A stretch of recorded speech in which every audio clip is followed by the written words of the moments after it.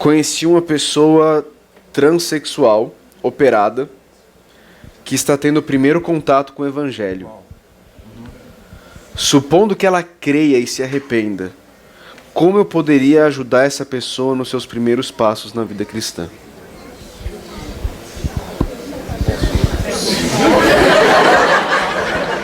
Vou começar, depois eles complementam e até melhoram a questão.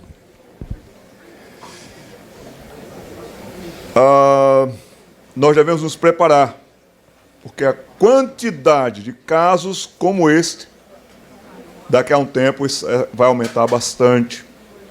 Vai aumentar bastante. Eu tenho falado muito para pais, e eu tenho dito para esses pais treinarem muito bem os seus filhos como peregrinos na fé, que colocam esse joelho no chão aqui e oram aqui pelos seus vizinhos, parentes e amigos. Porque talvez os nossos filhos, netos, filhos de vocês, serão a última esperança de pessoas que entraram em crises. Nós devemos nos preparar como igreja.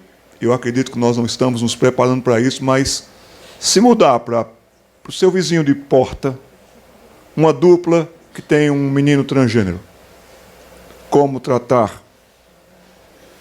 Nós vamos ter dificuldades, sim, porque a primeira reação nossa vai ser não concordo, e muitas vezes com o que eu não concordo eu rejeito. Mas pode ser a última esperança de um menino, de uma menina que, passando por todo um processo, entrando em crise, precisarão conhecer a verdade para que a verdade as liberte. Aonde o ser humano vai, nas suas questões tantas, nas suas lutas tantas, nos seus temores, nos seus pavores, nos seus horrores, nas suas loucuras, nós não temos ideia. Mas a minha pergunta é, será que nós estamos preparados para você, professor de escola dominical, chegar um menino que está em processo de querer virar menina? Como lidar com esses casos? Serão casos muito delicados. Estava conversando com a minha esposa, ela dá aula para crianças de 6, 7, 8 anos, 7, 8, 9 anos na escola dominical. E a pergunta que eu me faço, reverendo Augusto, reverendo Denis, é a seguinte, como pastores nós, reverendo Niel também, chega um garoto... Niel é pastor.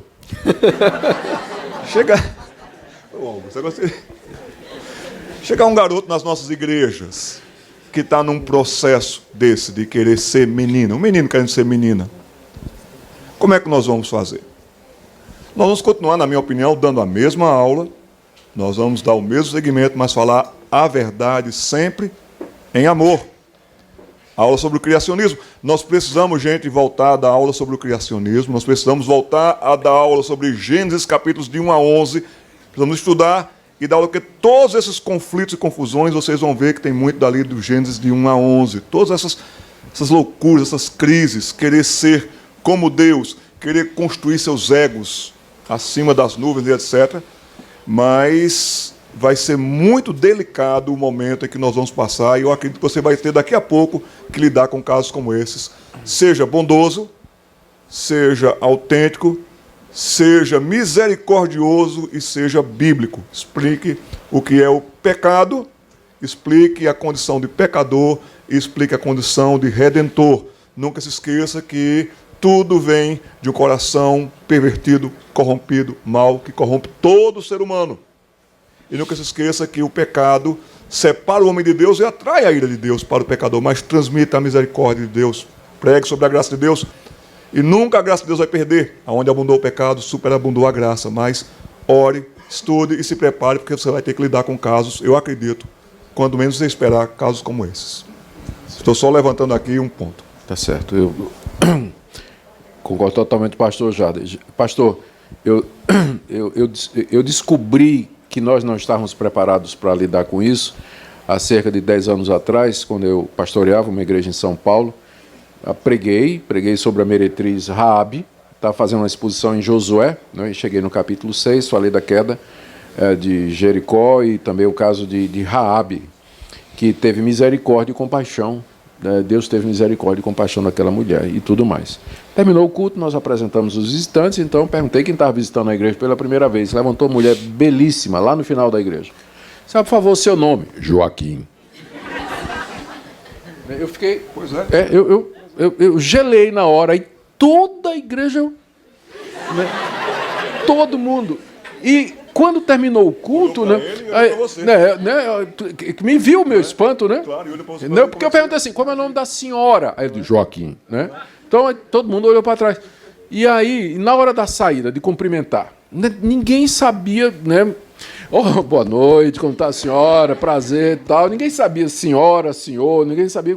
Não, eu disse, não, eu percebi que a gente não estava preparado para lidar com esse tipo de coisa, né? E desde lá eu tenho conhecido e observado vários outros casos assim. Eu queria só dizer uma coisa para que eu acho que está bem no cerne da questão e que pode ajudar no caso, inclusive, o caso prático aí que ela colocou, né, o caso do transgênero, né? Existe uma diferença entre você ser tentado e você cair na tentação. Então, há jovens nas nossas igrejas que se sentem atraídos por pessoas do mesmo sexo. Então, isso em si é uma tentação como outra qualquer. É igual a um jovem heterossexual se sentir atraído por uma pessoa que não é esposa dele. Ou então um homem casado, que é hétero, e ele se sente tentado a dar a segunda olhada para uma mulher que não é a dele. Porque a primeira olhada não tem como evitar, mas a segunda a gente pode. Né? A segunda olhada pode prolongar evitar. A primeira também, né? Isso é verdade, pode prolongar também, né? Pode prolongar também, né? Pode fazer também, né? Bom, ou prolongando na segunda... Tem que falar porque, né, você sabe, o coração humano tem travado. É uma desgraça, é isso mesmo. Então, é uma tentação, Niel, como a tentação do hétero de cometer adultério, né? Então, só se torna pecado quando a pessoa cede, né? Quando ela, então, resolve tornar em prática aquilo que vem sendo dito no coração dela. E ela, então, aceitou no coração e torna em prática. Se a gente conseguir ensinar isso na nossa igreja, a gente vai aliviar o sofrimento de muitos jovens que se sentem atraídos por pessoas do mesmo sexo e se acham, assim, uma abominação diante de Deus e que Deus nunca vai perdoar ou coisa dessa natureza. Eu digo que é possível um crente verdadeiro ele passar por esse tipo de tentação. Ele é crente. E como o pecado afetou todas as áreas da nossa vida, é possível que uma pessoa, crente verdadeira, acabe também se sentindo atraído por pessoas do mesmo sexo.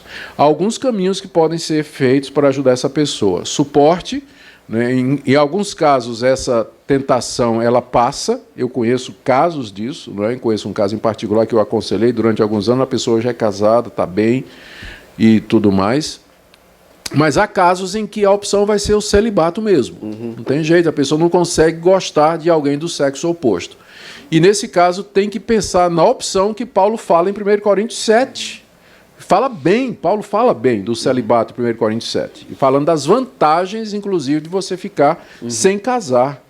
O danado é que a gente aqui na igreja, os jovens, a moça chega aos 20 anos, não arrumou namorado, a gente já vem as piadinhas, né?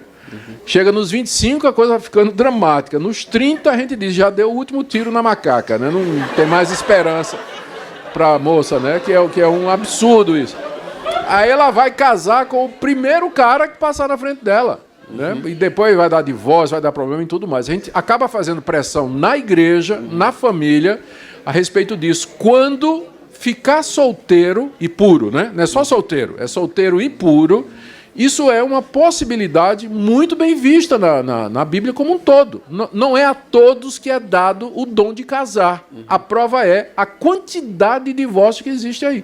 Tem muita gente que seria muito mais feliz se não tivesse casado. Não tivesse casado. Então, é uma possibilidade que o jovem deveria contemplar. Né? Não só o que se sente atraído pelo mesmo sexo, né? Até mesmo o hétero, ele poderia, né, dadas as circunstâncias, optar por uma vida de celibatário, pedindo a graça de Deus e tudo mais. Então, no caso dessa transgênero, se ela se converter, ela vai ter que ser ensinada a conviver com isso aí. É uma operação, inclusive, que em alguns casos é irreversível, mas ela vai ter que conviver com isso, por isso que o celibato provavelmente vai ser a opção para essa moça, né? Ou esse rapaz, eu não sei, não entendi direito. Então, o caso vai ser isso aí. É como o Jader disse, né? Amar, perdoar, receber, tratar. E não é o pior de todos os pecados, né? Já nós falamos aqui da blasfêmia contra o Espírito Santo, mas a pessoa tem que conviver com as consequências daquilo ali, como outros têm também. Antes do Denis falar, dentro do que o senhor está falando, há um livro que a editora Monergismo publicou bem recentemente, pode ser muito útil para todo mundo, que é Deus é contra os homossexuais.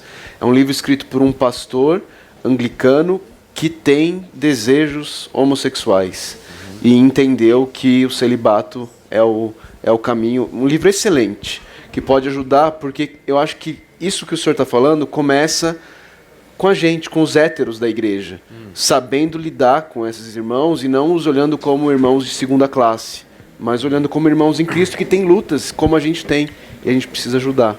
Esse livro é excelente. Pastor Denis.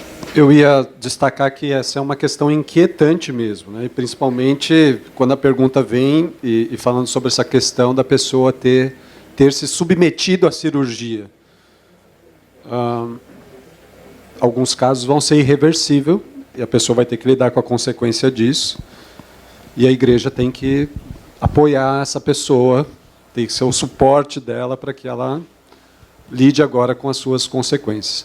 Imagino eu, nunca lidei com um caso dessa natureza, mas eu imagino que seja muito difícil e tenho convicção de que a igreja não está preparada para isso, não. Não está preparada para isso.